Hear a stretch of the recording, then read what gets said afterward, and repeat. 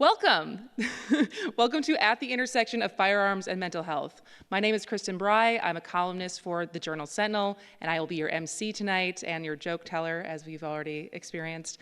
But before we get started, as it says in the title, we should explicitly say that we are going to be talking about suicide tonight. And so first and foremost, we want to say that if you or anyone you care about is struggling with suicidal thoughts, the helpline is 988, and just keep that number in mind. We were going to live stream the event. We are now recording the event, just so that anyone who couldn't be here in person tonight is going to be able to take advantage of the information that we're sharing here tonight. You won't be on camera, but just know that everyone on stage will be recorded. If you were not aware when you walked in, we are doing a giveaway. And so if you have not put your ticket or gotten a ticket in the back, you can definitely do that before we do the name pull or the ticket pull at the end of the program. We are giving away a gun safe, a shooting lessons, range time, safety glasses and ear protection, and gun locks. So a big thank you to Semino's Gun and Archery, Chase Outdoors, Zingers and Flingers, Mark On Shooting, and Essential Shooting and Supplies. And we also want to thank our sponsors for tonight's event, Marquette University O'Brien Fellowship, Milwaukee Journal Sentinel in Gannett, Wisconsin, and Prevent Suicide Marathon County. And thank you to the UW Center for Civic Engagement for letting us use the space. And thank you to everyone who is here and everyone who's watching this later as a recording. There's a lot of ways you could spend your Thursday evening, especially when it's nice outside. And so we very much appreciate that you chose to spend it with us talking about a really hard topic. And why are we here tonight? We're here to let gun owners talk to gun owners about a hard topic. Everyone who's speaking tonight is going to be sharing personal stories of mental resiliency and how they've helped other gun owners with the same. And we're basically just here to start a conversation. The event was born out of John Dietrich's investigative reporting series, Behind the Gun. It was a project that looked at the fact that gun deaths in Wisconsin have doubled since 2004. And that's largely been driven by suicides, which on average account for 71 of every 100 fatal shootings in Wisconsin. The project featured some of the efforts to counter this trend that are emerging among Wisconsin gun owners and their communities. And so tonight you'll be hearing from many of the people who were interviewed and profiled and who are working quite literally at the intersection of firearms and mental health. You'll get to hear from 4 of them during the panel discussion. John is going to lead a conversation with the Prevent Suicide Wisconsin founder, a gun store owner, a retired soldier, and a former gun importer who will share their personal stories and describe how they're working to help people and other gun owners. And then after that, we're gonna have time for a Q&A or being able to share stories. Like I said, you will not be on camera, even though we're recording. And even if you wanna be able to submit a question anonymously, yep, 2 people waving their hands in the back are gonna have pieces of paper if you wanna write down a question that we can read, and so you don't have to talk at all. And then at the end, we'll announce the giveaway winners, and please feel free to stick around. We have the space until 9 p.m. to connect and talk with anyone you've heard speak tonight. But first, to kick things off, we wanted you to hear from more people who were profiled in the series: a former police officer, a therapist, a public health researcher, and the investigative reporter behind this whole series, who each want to share one thing they hope you will take away from tonight.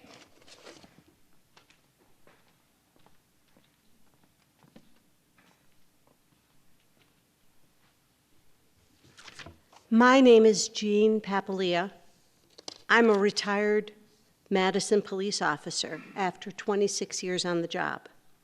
So when people in social gatherings ask me what I do in retirement, I tell them I'm working on suicide prevention.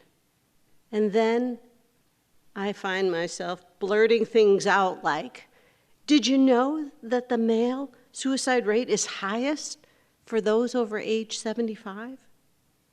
And then, of course, I add in contributing factors like physical and cognitive decline, loneliness, isolation, bereavement, and access to firearms. And then I can feel my husband gently elbowing me, which means stop. And then the conversation stalls because nobody knows what to say. But tonight, I believe I am in the most glorious social setting ever, and this conversation will not stall. The one thing I want to share with you tonight is that the conversation on suicide and the role of firearms needs to happen not just here, but in our communities, our families, our faith communities, in our schools, in our villages. And the painful and awkward topic of suicide is open for discussion.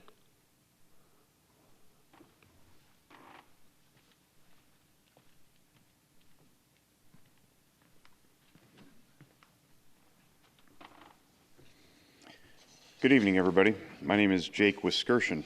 I'm a practicing marriage and family therapist in the state of Nevada and a Walk the Talk America board member, where we are bridging the gap between the gun community and the clinical community in order to increase care access for firearms owners without fear of rights restriction. The one thing I want to leave you with is that not all therapists are created equal. Much like all people, we believe that we're non-judgmental and very accepting. The truth is that we're not. We are human beings with our own value sets and beliefs. Increasingly, we're taught through our graduate programs to be activists, and those activist ideologies increasingly are authoritarian and in direct opposition to the ethical precept of autonomy. Autonomy is a hallmark of the gun community, the membership of which is now estimated at more than 50% of our clientele. And these ideologies are creating the very chasm that pushes firearms owners from care, resulting in worsening symptoms, including suicide. Fortunately, Walk the Talk America's free cultural training courses help healthcare workers become more savvy to this ever-growing population and demographic. People who take these classes report an improved ability to provide effective, compassionate treatment, free of judgment or preconceived opinions, to all firearms owners who enter care.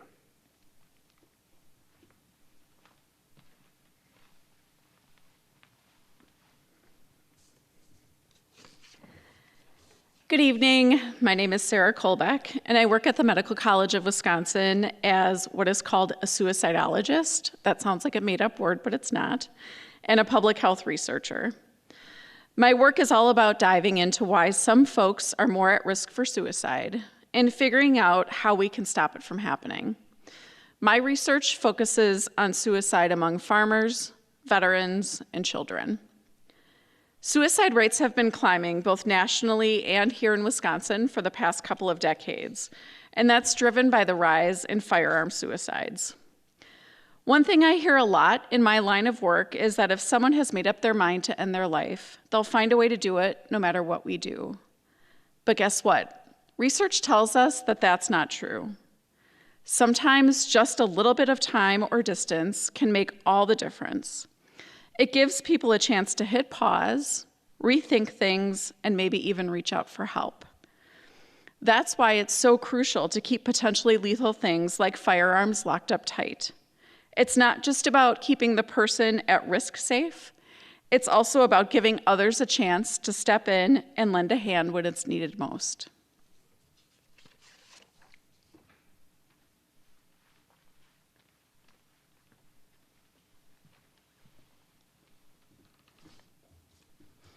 Hi, my name is John Diedrich. I'm an investigative reporter at the Milwaukee Journal Sentinel. Last year I wrote a project called Behind the Gun, which I did through the O'Brien Fellowship in Public Service Journalism at Marquette University. Here's one thing I would like to tell you. People are complicated. For this project, I spoke to more than 100 people from Wisconsin, many of them gun owners. You'll meet some of them tonight. You've met some of them already. During those interviews, I came to appreciate the uniqueness of everyone's story, how those stories are complicated, much more complicated than what we see on social media. This project challenged some of my ideas and preconceived notions of what a gun owner or non-gun owner holds to be important. I'm deeply indebted to those people who trusted me with their stories. We will be honored to hear some of those stories tonight. As we begin, please allow me to add just one more thing. This event is something of a risk. We're stepping into waters where things can get heated or pretty raw pretty quickly. I hope we can remember that we are all people of goodwill here. Our mission is not to get everyone to think alike, but instead to share information with each other and hopefully give us something to think about as we all leave here tonight. Kristen?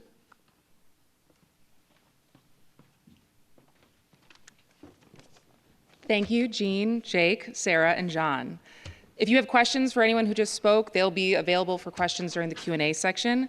And as we get set up for our panel discussion, as John mentioned, he talked to, oh my God. It was on Do Not Disturb. It is, it's literally on, Sorry. As John mentioned, he spoke to over 100 people from Wisconsin. And some of those people we just talked to, some were featured in the slideshow that was rolling before we started. But there's also some others that are in the audience with us tonight that we wanted to call out.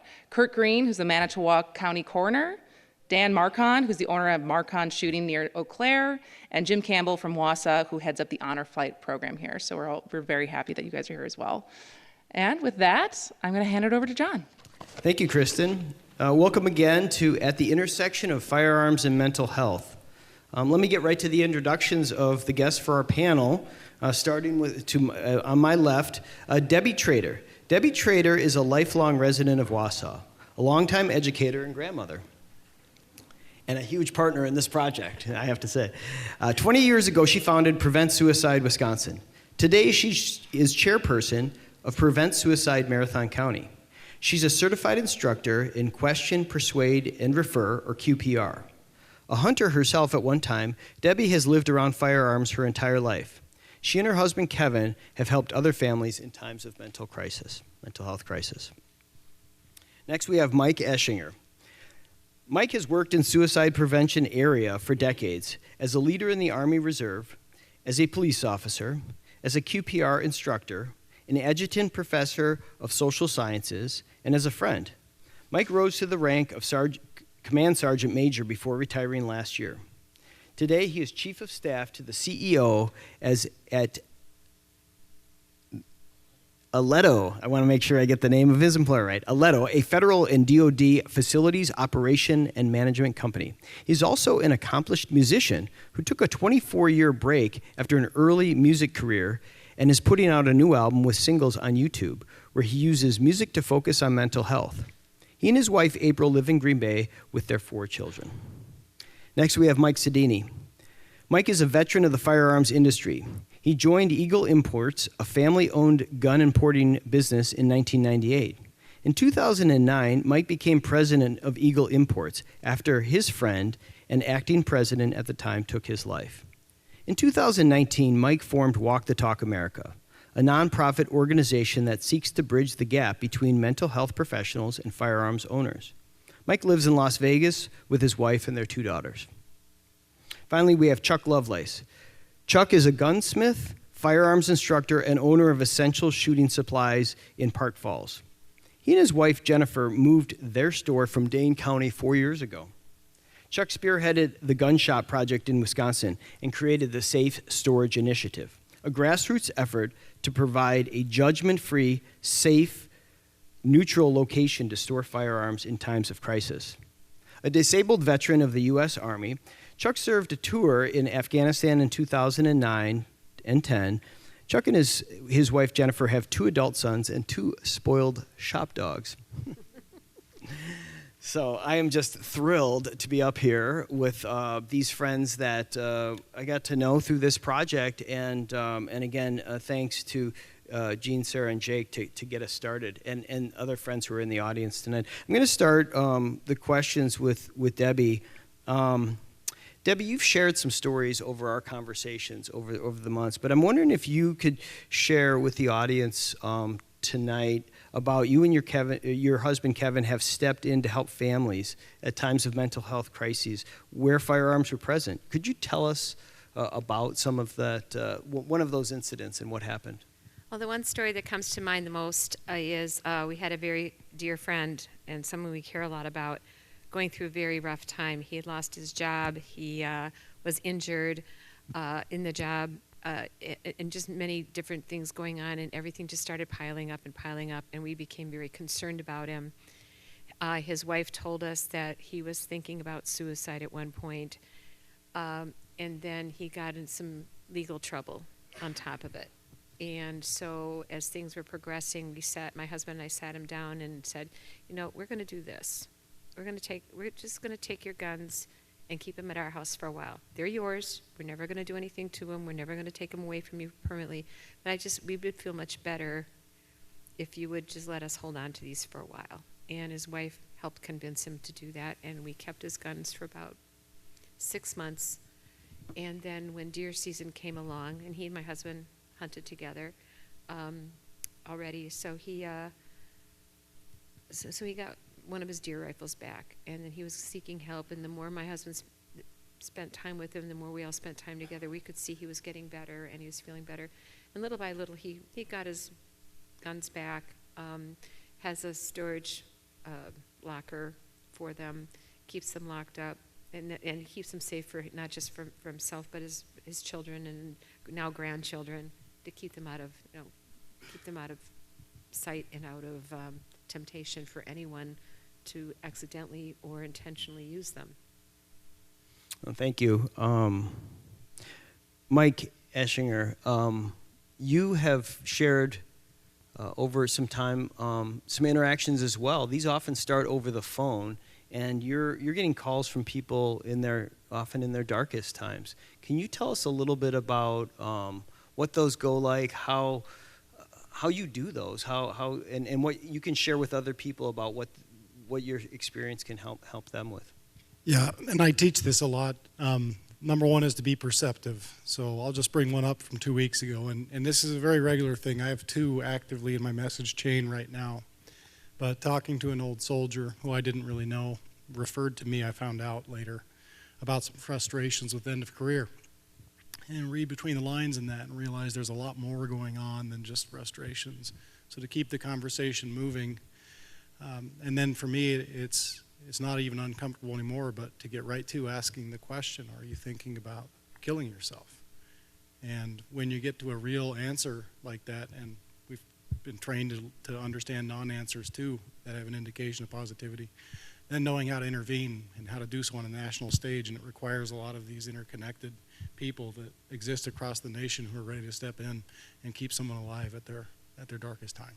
So, thank you for that. Mike Sedini, the mission of Walk the Talk America, I talk about that, is to bridge the gap between mental health providers and firearms owners. You also talk to first-time gun owners. Is there a message that you have?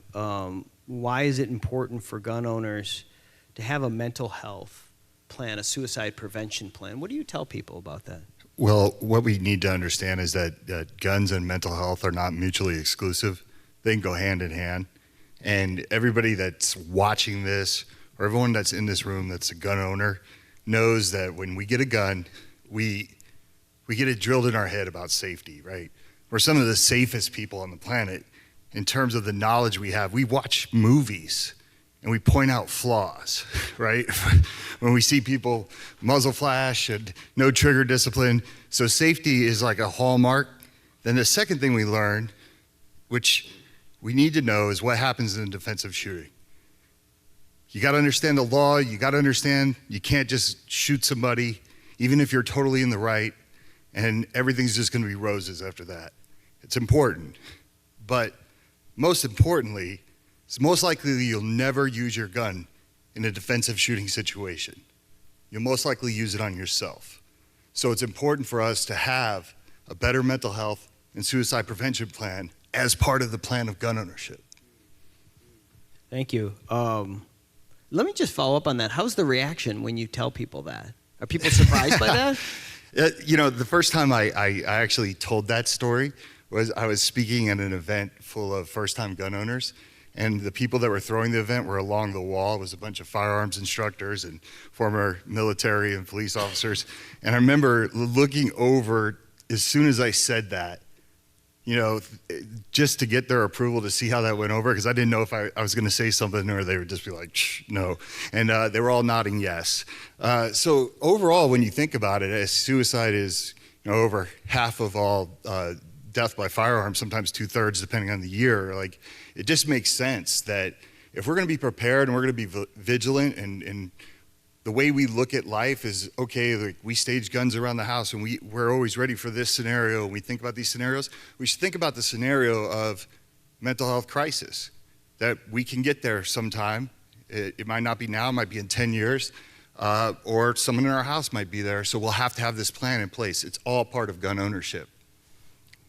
Thank you. And finally, we have Chuck Lovelace. Chuck is the gun shop owner on the stage, the only one, and also an important gun shop owner in Wisconsin. As we said at the beginning, the gun shop project and the Safe Storage Initiative really starts in Chuck's store, first in Dane County, and now in Park Falls. This is like 6-7 years ago. Chuck, can you tell us, I mean, you're a small shop, but you've learned a lot, and there's some folks in the audience who are in this as well. You were the first in the state. Can you tell us what you've learned over the years of running the project, how it's changed for your shop, and what, you know, I guess start with your experience through the project, what you've learned, if you can go back to 6 years, and what you know now about the project, why it's important. So when I was approached by Jean, who spoke first today, I was approached and she said, I want to do this program where we educate firearms retailers and their employees on the signs of someone who might be in a potential crisis. And coming from the Army and receiving the mandatory yearly suicide prevention training, and I was blessed to work with some very nice medical units in the military, to include a combat stress control detachment. And so I got to see the suicide prevention programs at work in the military actively. And it hit home with me. I'm like, yes, absolutely. And Jean and I we clicked and became buddies in this, and we started to approach other shops. We didn't have the Safe Storage Initiative right away. We were going off of New Hampshire's gun shop project. And that data is fairly simple to read and understand and see what's available out there. And we were able to take that around to multiple shops in the county. And it's hard to have that conversation when you're a small business owner and tell someone, we want to educate you to see, you know, if somebody's showing signs that they may be in a suicidal crisis, how you can help them by diverting them possibly from the purchase of that firearm and maybe offering them input as to where they could get the help they need. For a small business owner, basically what we're saying is you may have to deny a sale. And that's difficult when you're a small shop, and that may be your only sale of the day. So taking that into, you know, perspective, it really, some shops were very open to it immediately. Some shops were very closed-minded about it. But I think once we started getting the whole process out there and people understood that it wasn't a gun control program, that was the big kicker. Is it took me a while to figure out that term, that it's not about gun control, it's about limiting access to the means of suicide. And people just seem to accept it much, much more. I mean, the VA took off with the program, and they're offering it in 44 stores statewide now. That's huge. That's 44 different places people could take a firearm if they feel they're in a time of crisis. No judgment, no issues. So. And I think there's some stores that here in Marathon County that are thinking about that, and across the state, so it continues to grow. Thank you for that. Debbie, can I come back to you and talk a little bit about, you have friends who don't own guns, and you have friends who do. Oh, yeah. Talk about the conversation, and when you're having these conversations, is the messenger important? In terms of if a non-gun owner is talking to a gun owner, is that different than a gun owner talking to a gun owner about some of these issues? Or how do you think about that? You know, I kind of liken it to you guys in the military. You want to listen to and talk to someone else that's been in the military. Military talks to military, and you get farther with it. And the same type of thing here. Gun owner talking to gun owner is easier than a non-gun owner talking to a gun owner. In today's atmosphere too, because we are still fighting, I guess, a little bit, I guess you can call it a stigma, that as we're talking about keeping guns safe, you want gun control. No, we don't. I own guns. My family has hunted my whole life. I mean, I don't hunt anymore because now I get the house to myself while the rest of the family goes. Yes. But the minute you start talking about this, we still fight the stigma. Oh, you're trying to take my guns away. No, this is not what we're here for tonight. This is not what any of us are here for. We want you to keep them safe, just like you keep prescriptions safe. You keep your keys safe. You lock your door when you leave the house. All these things you do to stay safe. We're just saying, do the same thing with your guns to protect yourself and protect others. And having that conversation, gun owner to gun owner, non-gun owner to non-gun owner, it's usually a little bit easier because you're kind of on the same page, and that helps. Yeah, thank you for that. Mike Eschinger, I was going to ask you, Debbie queued it up there about talking to veterans. What's the conversation like when you hear from a lot of veterans in these interventions, sometimes though not? What's the difference between when you're talking to a veteran, and is that important to have a veteran? Yeah, I want to start this conversation by saying a lot of the family that will approach me are scared to talk to their veteran. So before I get into the importance of veteran-to-veteran communication, don't be afraid to talk to a veteran. They need you. Like, they need you no matter who you are, whether you've served or not. If you notice something, intervene, build a relationship, have a conversation. That's a really important thing. And sometimes it doesn't happen enough because it's like, gosh, I don't really know what to say. With that said, getting a veteran to a veteran sometimes in crisis is really important.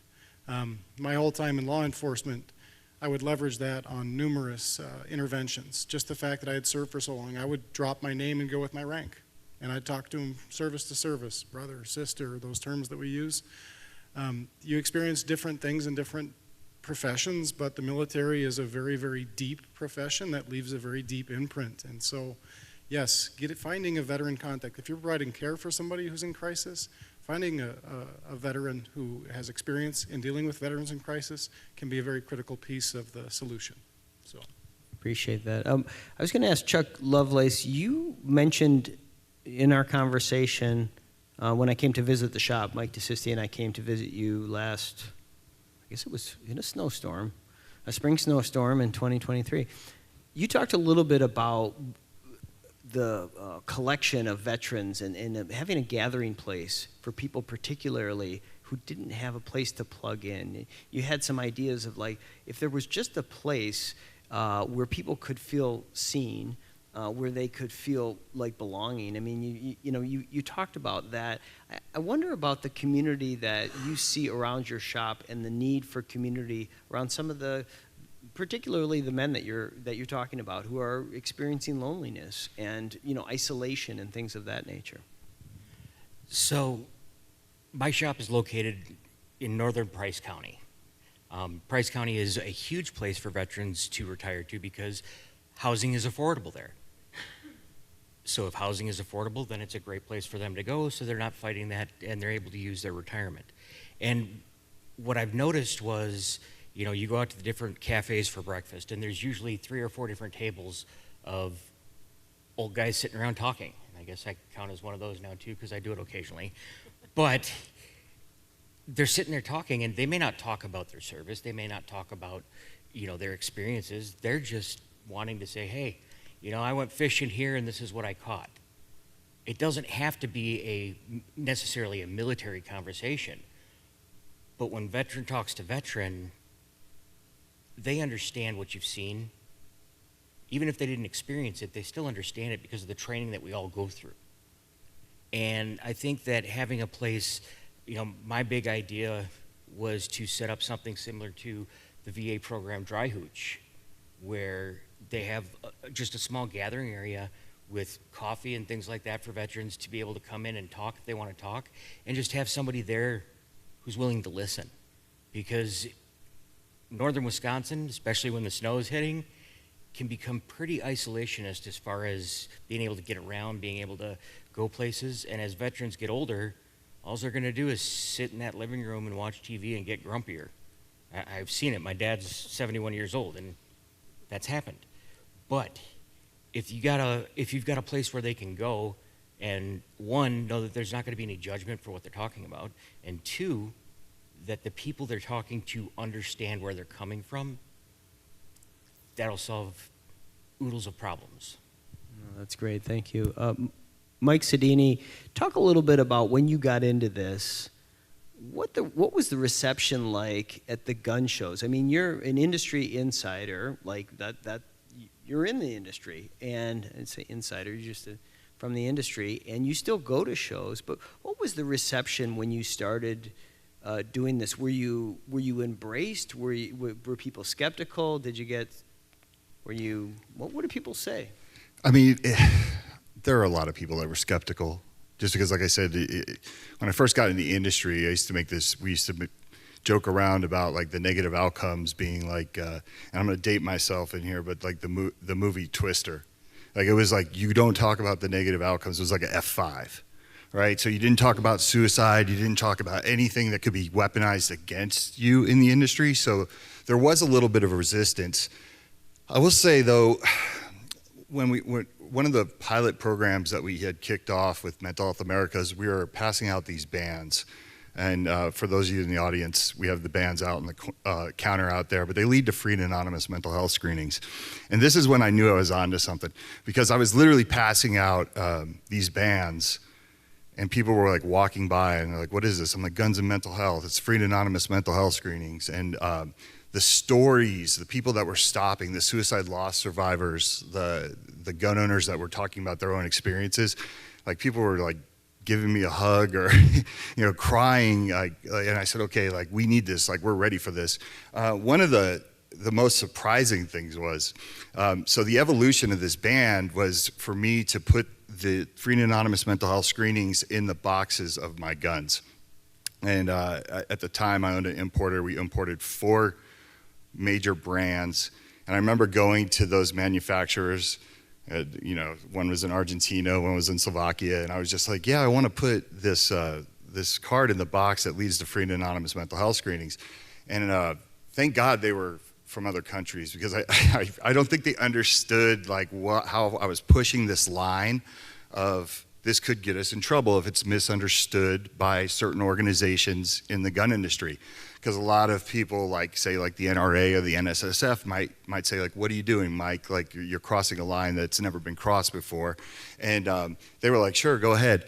And I remember having a meeting with my team saying, look, I don't know what the reaction of this is going to be from our customers. I don't know if we're going to get in trouble from NSSF. And in hindsight, looking back on it, we didn't get in trouble with anybody. But me saying, look, I want our customers to have access to resources where they can stay mentally healthy so they could be our customer forever. All my manufacturers got it. So anyways, a few months go by and there was no blowback, no nothing. I didn't get a call from any organization saying, Mike, what are you doing? And it was the opposite. We were getting calls from consumers that were like, hey, I just bought a Bursa or I just bought a Grand Power, and I saw that you have this free and anonymous mental health screening flyer in the box of your guns, and I just want to thank you. Right? And those stories become anecdotal, but man, like it was really cool to watch my employees share those stories with me when they say, hey, another call came in, right? And I remember at that time I said, okay, I think we've graduated out of the fear thing. Like I'm gonna start approaching other gun companies. And I remember 2 of the first companies I went to go see, one was MKS High Point, because I know those people really well. And then my friend Martin Tuasan, who owns Arms Corps. And I remember I walked up to their booths and I was like, hey, I need you to put this flyer in the box of your guns. And they're like, what is it? I'm like, it's free and anonymous mental health screenings. Don't you want your customer to be healthy? And they both were like, oh yeah, we could do that. That's a great idea. I can't believe no one ever thought about it. And I was literally like, it was that easy? So I kind of, to put a bow on this, I want people to understand that I think the firearms industry has always wanted to help or been ready to help, but we never knew how to fit in. And part of that is our own problem. But the other part of it is, when you're constantly playing the villain in the movie from the outside world, it's real easy to say, like, I am not going to, this is a you problem, you fix it, right? A lot of the people in the firearms industry just didn't know how to fit in. And Walk the Talk America and like the work of like Chuck's doing is showing other people, this is how we do it. This is how we fit in, so. Yeah, no, that's great. I appreciate that. I wanted to also, there's some folks in the audience that I wanted to actually ask some questions of, because there is, I think, a real There's a wealth of information in the room tonight, and so Kristen is coming to get the microphone. But one thing I was going to ask, I'll switch to you again, Debbie. Just talking a little bit about, I think for people who don't, especially who are not in this part of the state or understand our hunting culture and how important it is, can you talk a little bit about, because I think for people who don't own firearms, there's different reasons that people have firearms, but the importance of the hunt in Wisconsin, as somebody who's lived here your whole life, can you talk about that? I grew up my whole life, my family's always hunted. My father, my brothers, my children, and my husband, of course, my grandfather, both my grandfathers, everybody hunting and being from farm country and growing up farming, we hunted, and it wasn't for the sport, it was for the meat. And especially in rural northern Wisconsin, there's a lot of heritage, there's a lot of tradition. Family tradition is huge when it comes to hunting. Jim Campbell will be speaking a little bit. I'll give a little bit of a preamble on that. He did the education of all three of my sons for hunter safety. And even now, when they're all 30 and above, if he sees them, he warns them if he ever finds out that they mishandle the firearm, they're going to be answering to him. And so it's been kind of a funny running family joke with all of us. And but he can speak to this too because he's an avid hunter, and I hope he will. But yeah, hunting in this area, especially rural Wisconsin, especially northern Wisconsin, it's family tradition. It's very ingrained in everybody. And again, it wasn't necessary for sport. It was because this is your food. And it's still very important to a lot of families. My husband looks forward to deer camp every year, and my dad used to look forward to it with my brothers. And then when my kids got old enough to hunt, it was a big to do. And I think you see that in a lot of families, and that's great. And if my sister-in-law wasn't a hunter, came from here from Kansas, wasn't a hunter, and but she caught on and she understood it. She's not interested in hunting herself, and that's fine. Like I said, I don't really anymore either, but you understand the tradition behind it, and that helps as well. Oh, that's beautiful. Thank you. I was going to ask a question of Jim, and Debbie just referenced Jim. So Jim Campbell, retired Marine Corps, 30 years, a lot of things in this area in Marathon County. Hunter trainer, firearms instructor, also heads up the honor flight. And Jim, you shared a special story with Natalie and I from Journal Sentinel about a particular honor flight experience with a veteran of World War II and his son, and that conversation. It pertains to mental health, and it pertains to veterans, and I wonder if you'd be willing to share that story with us tonight. Trying to think what story you're talking about. This is the one where the gentleman went to Washington, D.C., and then came back and had changed his. Okay, yeah. He was a Vietnam veteran. And it was just maybe 6 flights ago. We're flying our 48th flight on Monday. And this Vietnam veteran, not unlike many who served in Vietnam, came back with post-traumatic stress, which is a form of mental health illness, if you will. And he had to be convinced. It took years to get him to get on the flight. And he went with his son. His son went as his guardian. And it absolutely, totally changed his life. I found out 2 days after the flight. His son came up to one of our board members, or one of our volunteers, I don't remember which, and he was crying. He said, "My dad told me last night that before going on the honor flight, he was thinking about taking his life." The board member just stood there, and it brought tears to her eyes as well. For a program that was started to take a bunch of old guys to see some beautiful memorials, has turned out to be something that many of these men and women have needed for 5 or 6 or 7 decades, and that's closure from horrific experiences that they went through. Something we didn't expect at all. These guys that, and it's World War II, Korea, and Vietnam, but the Vietnam veterans, when they're at the wall and they're having a personal experience with the name that's etched in that black marble, might have been their best friend, might have been their brother. In some cases, it was their entire unit. After that personal experience, when they turn around and look in my eyes again, and it's hard to, if you haven't experienced this, to understand that I watched that individual, that man, change right in front of me. He became a totally different human being, and I could see it in their face. That closure that they haven't had for 50 or 60 or 70 years. And it manifested itself in the fact that the Vietnam vet who lost his entire squad when he was on R&R, 50 years of nightmares. The same nightmare every night for 50 years until April 19th, 2018, the day after the honor flight, hasn't had a nightmare since.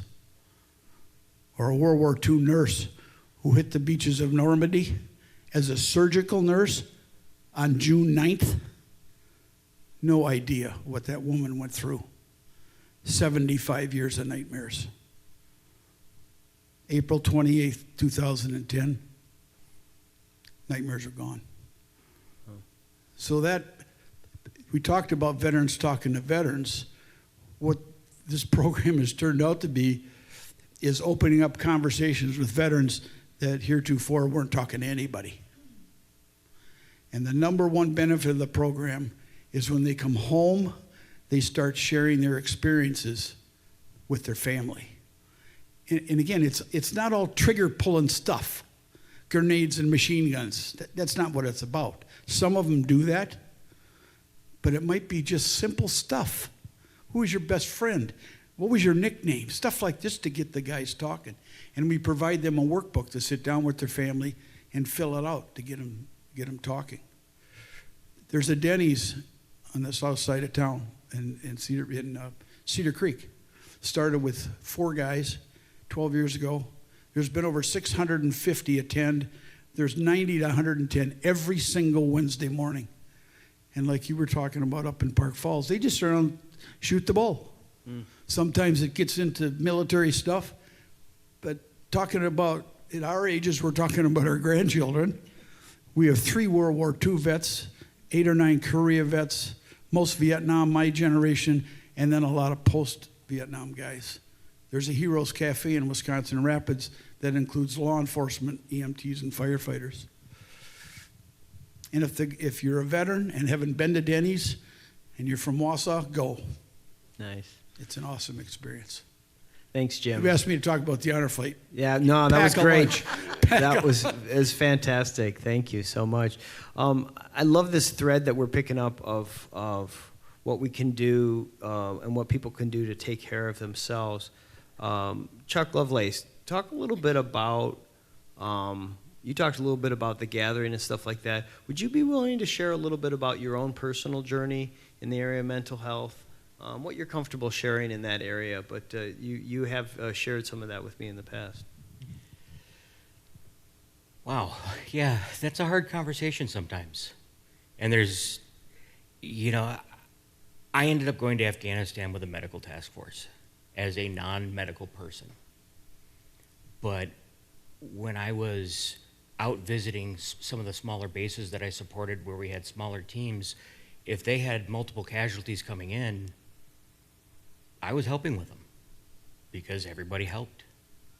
Whether it was driving an ambulance, whether it was holding a bandage down, whether it was just talking to somebody who was scared.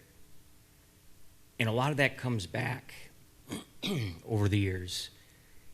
And I've just recently, in the last couple of months, started talking about some of the things that I've seen and experienced with family that I didn't talk about with them. They couldn't understand why when I came home from Afghanistan, I had a different outlook. When I was in Afghanistan, we did a program called Operation Cover the Children, because we had kids coming into our hospital that were injured by either insurgents or by allied forces, and we took care of them. And there were some pretty horrifically injured children that would come in. And I noticed that they would always leave in like a plain white t-shirt because we were a military hospital. We didn't have those resources. So I got with some people back here in Wisconsin, and all of a sudden I had big boxes of shoes and socks and clothing showing up to where we gave out over 500 pairs of shoes to kids. Those memories now are much more to the front of what I think about now, is seeing the kid who was trying to shove his foot into a set of pink sneakers because he wanted them for his little sister. And so he didn't care if they didn't fit him, he wanted those for her. And that's really amazing.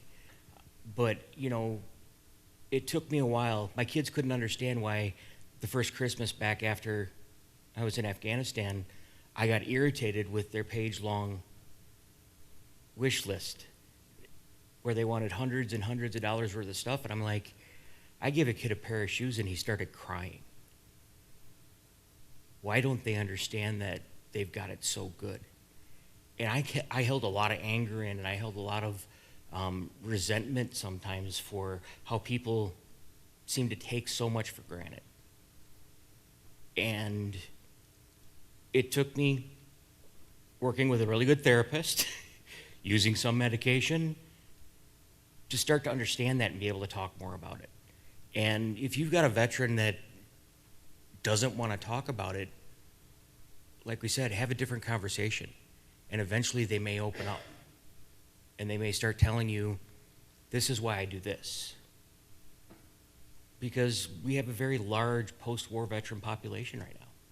And, you know, they always talk about the 22-a-day statistic. That's a lot of really good people that are unfortunately not able to get the help that they need.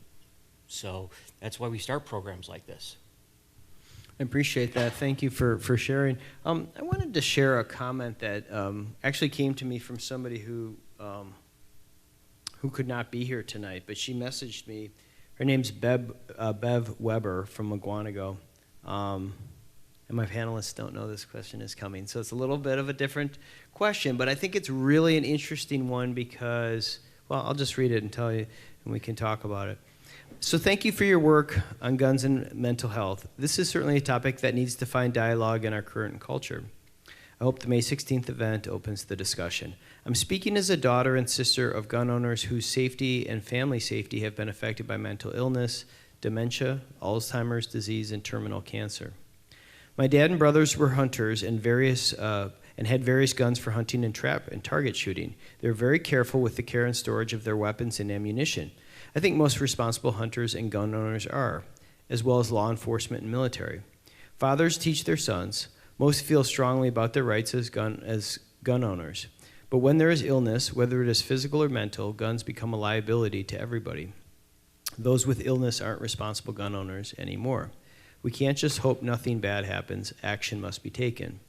Helping family, friends, and coworkers understand how to take steps to keep guns and those we care about safe will benefit everyone. I was fortunate with the help of my brother. We found Dad's loaded handgun in his bedroom before anything bad happened in his delirium from end-stage cancer. My other brother had mental illness and has mental illness and Alzheimer's.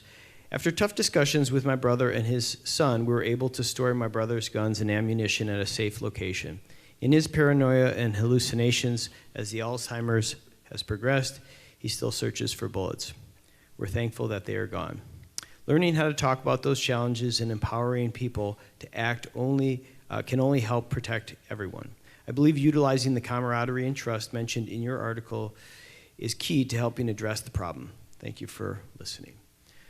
So I wonder if somebody on our panel would like to weigh in on that. Mike Eschinger. I want to start with, for responsible gun owners to recognize what their own limits might be It is a responsibility thing. I'm so glad that those bracelets are going out with weapons. I tell people to try to own this thing myself. I'm pretty stable and I've been through plenty of stuff, so I like to feel like I'm bulletproof. But I love my wife like more than anything in the world. And if my wife was to be taken from me in some unexpected fashion, I'm going to tell you right now, anybody in this audience, come over to my house, help me get safe for a while, okay? Till I feel better. But I feel very passionately on that. And if we can have that conversation about what that means, then when that time comes, it's not like, oh gosh, you're belittling me by taking away my gun. No. We know you're in a rough spot, Mike, right now, and we're going to honor your decision and your choices to keep you safe. Thanks for that.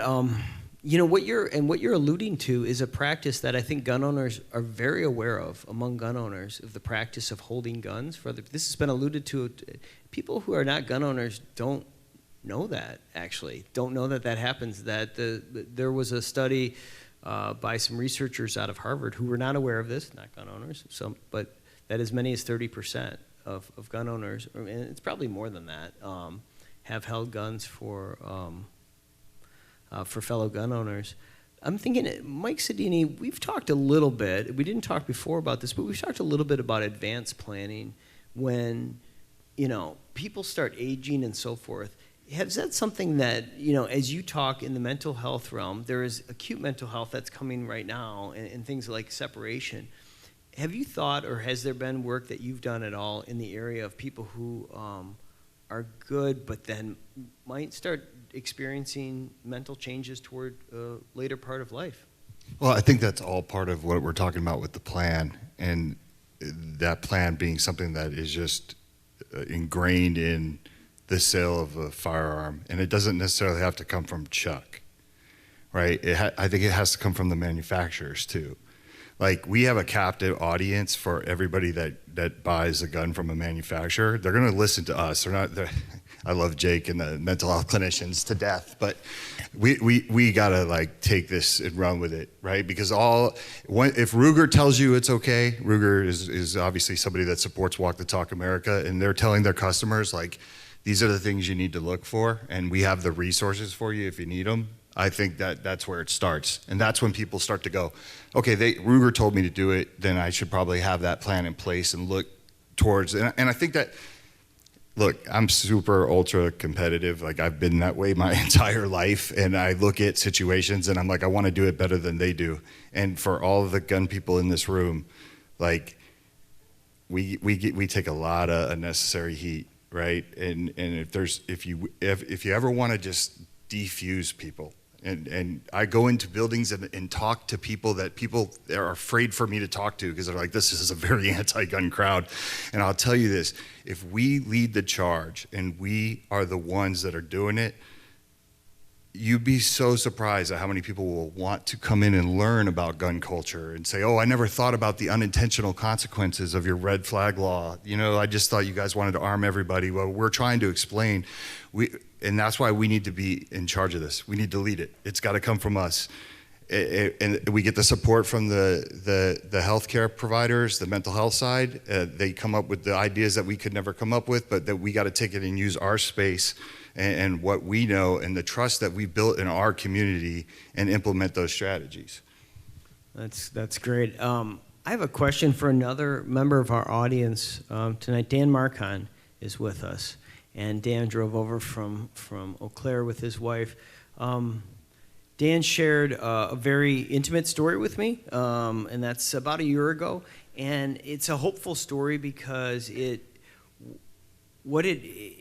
before Dan's experience, he was thinking about mental health, and then it just got a lot more serious.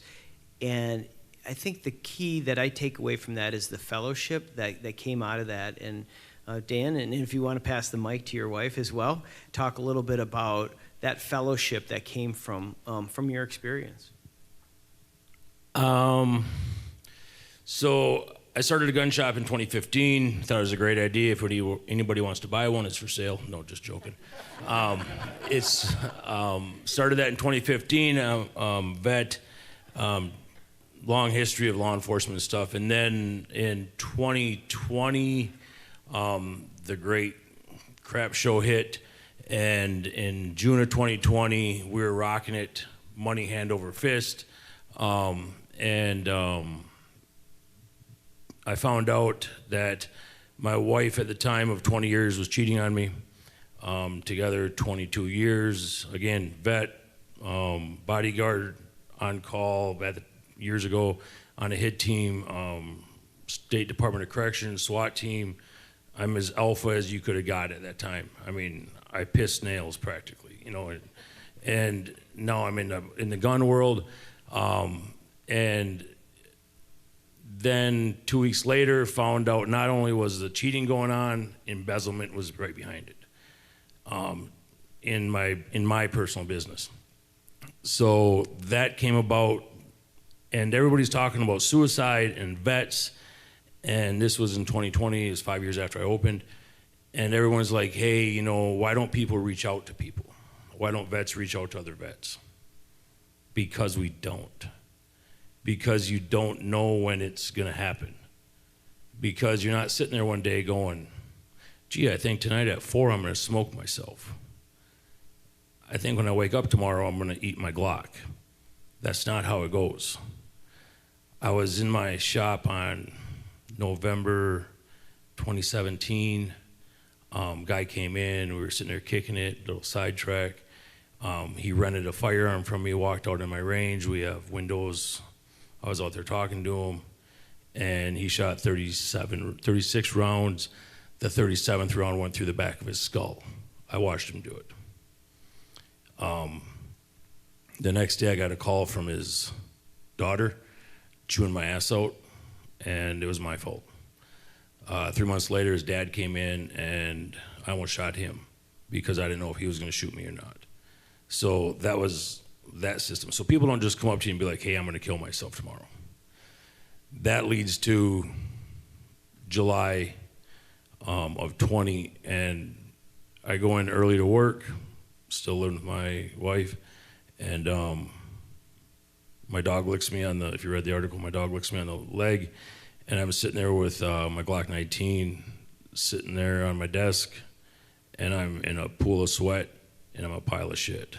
And it's 7:35 in the morning.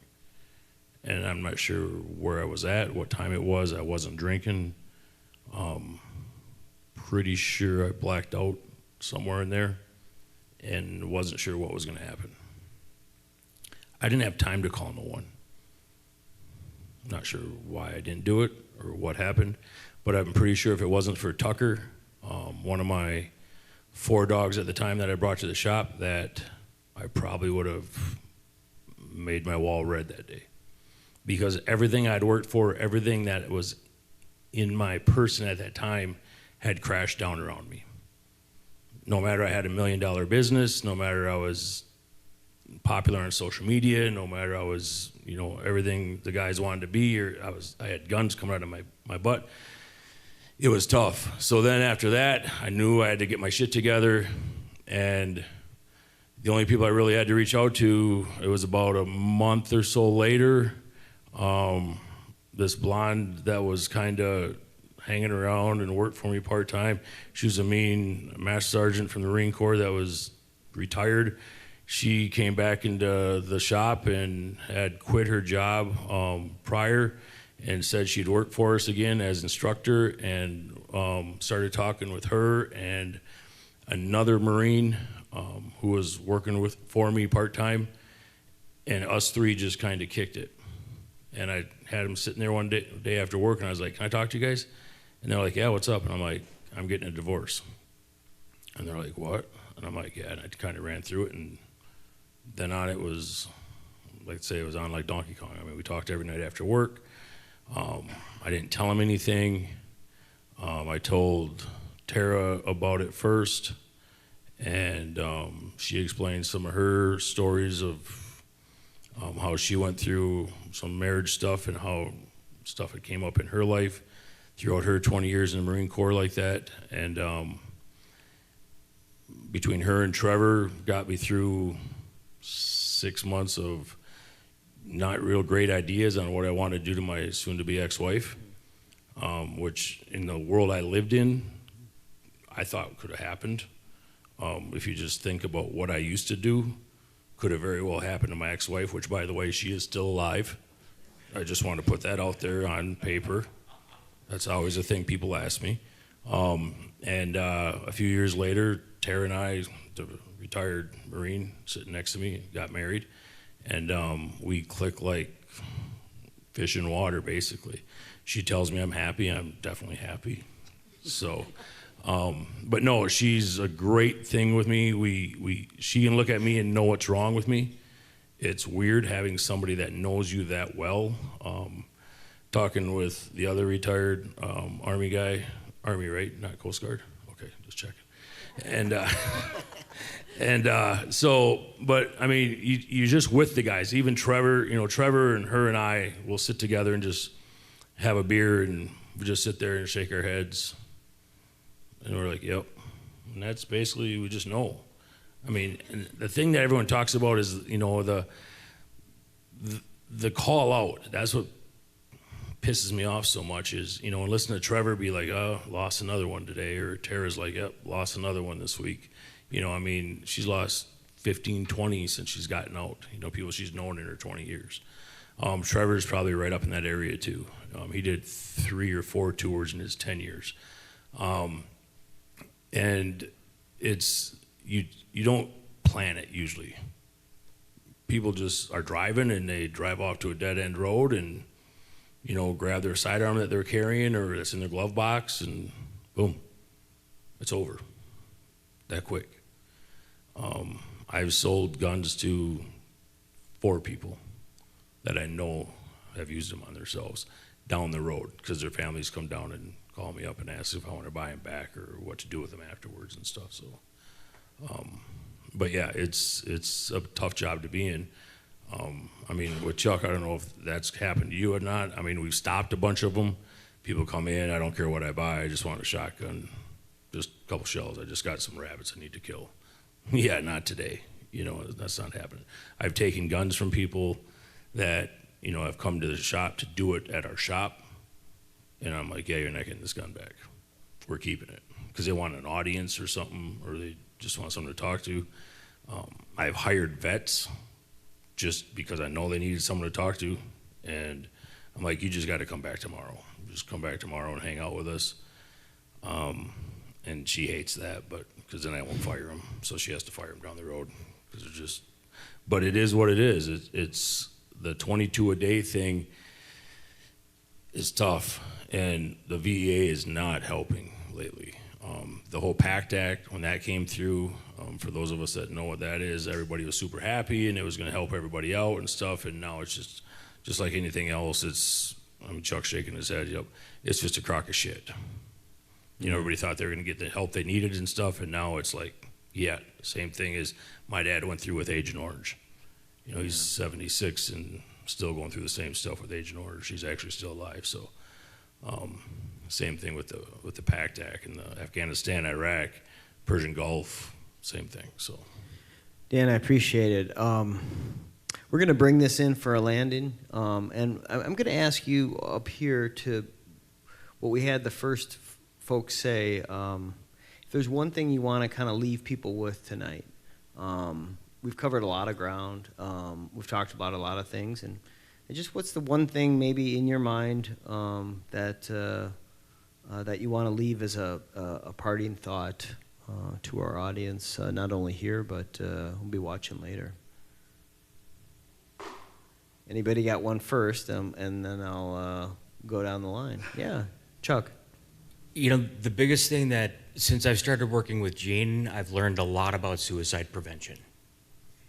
And the biggest thing to take away from it is you could tell someone that it's okay to not be okay.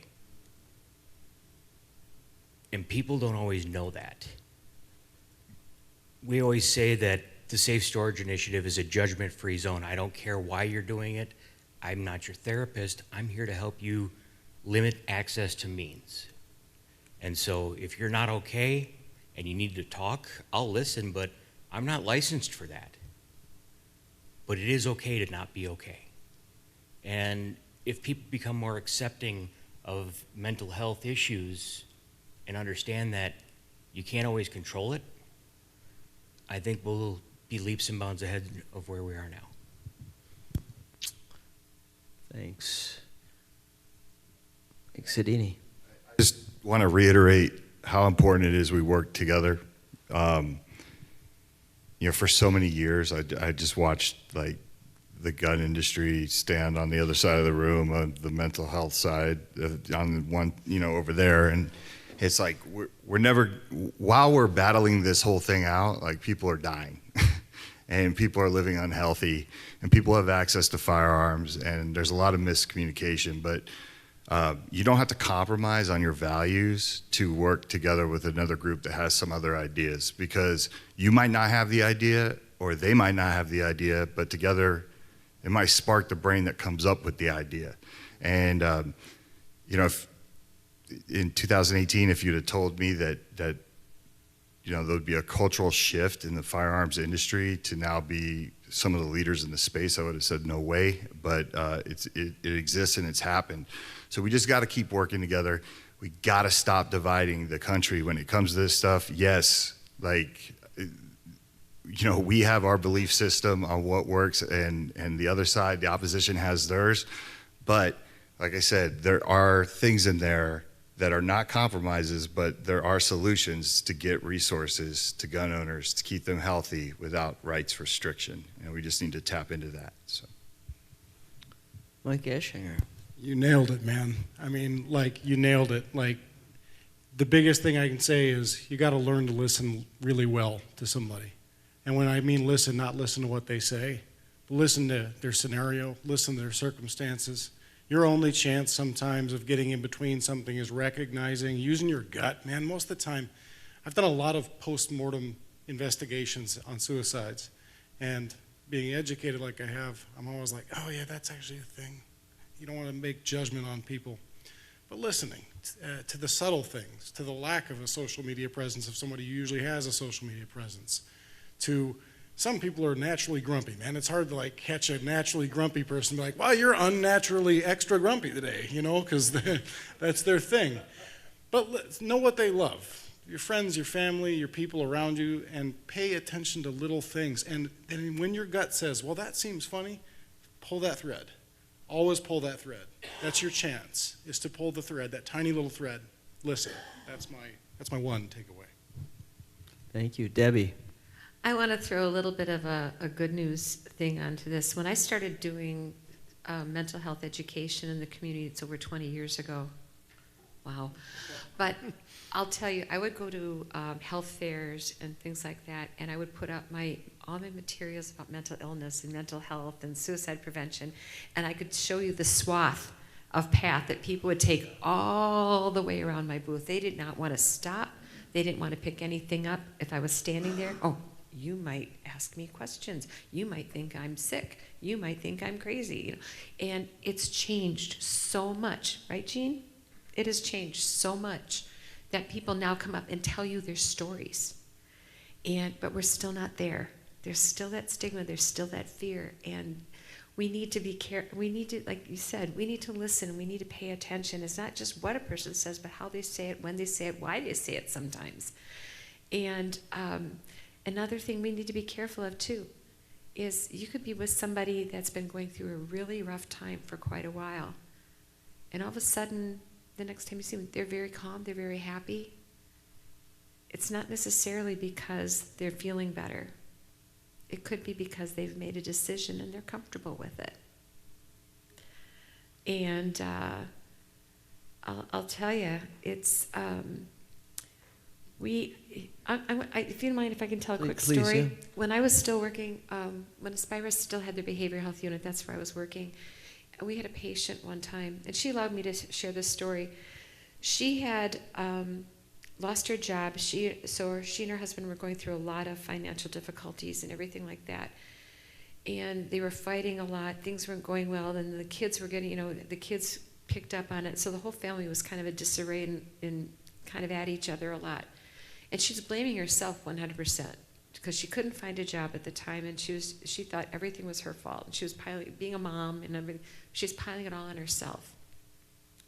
So one day she sent the kids off to school. Her husband went to his job, And she decided that she was going to take care of things. She said, being the mom I am, I went to the grocery store.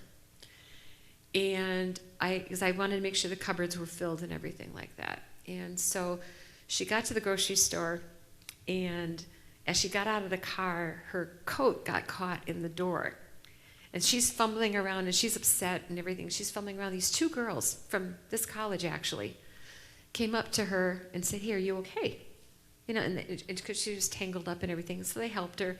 And they were kind of joking around with her on their way in. "Oh, yeah, we've done that," and had a conversation. And she's telling me the story, and the tears are starting to run down her face. I'm like, "Oh, wow, what's going on here?" So she went into the store, and the girls went their way. She went hers, and she's in the cart, pushing her cart. And she's going down one aisle, and ladies, if you have purses like my mother's, she had it on top of the cart, and she hit it, and it tipped over, and stuff just went flying everywhere. And these two girls happened to come along again and helped her pick everything up. And one of them, she said, even got down on their hands and knees and looking under stuff to make sure we didn't lose any. I wasn't missing anything. And they were so helpful to her. And they went to the checkout together. And the three of them were sitting there talking and everything. And they even offered to help her carry her groceries to her car. And they just saw how flustered she was, and just thought she was having a bad day, probably. But she said that she got home, she put the groceries away, she grabbed a 6-pack of beer and her husband's rifle, threw them in the back seat. And she got to the end of the driveway. I still get it. But she got to the end of the driveway, and she told me, I had a decision to make.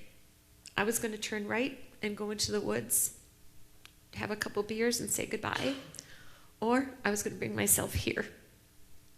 And she said, I kept thinking about those two girls and how important they made me feel and how wonderful they made me feel for just that little bit. And you know what? I drove myself to the emergency room here. And you would be so surprised when you tell the security people that you've got a gun in the back of the car, how fast they move. But she ended up a patient on our unit, and she got help. And she went on to be, a very healthy, happy lady. She checked in on us once in a while. And she said, please share this story. But be kind to each other. It doesn't take anything. To share a smile, to give somebody a nod, a wave, just to let them know they exist. Let them know that you're thinking about them.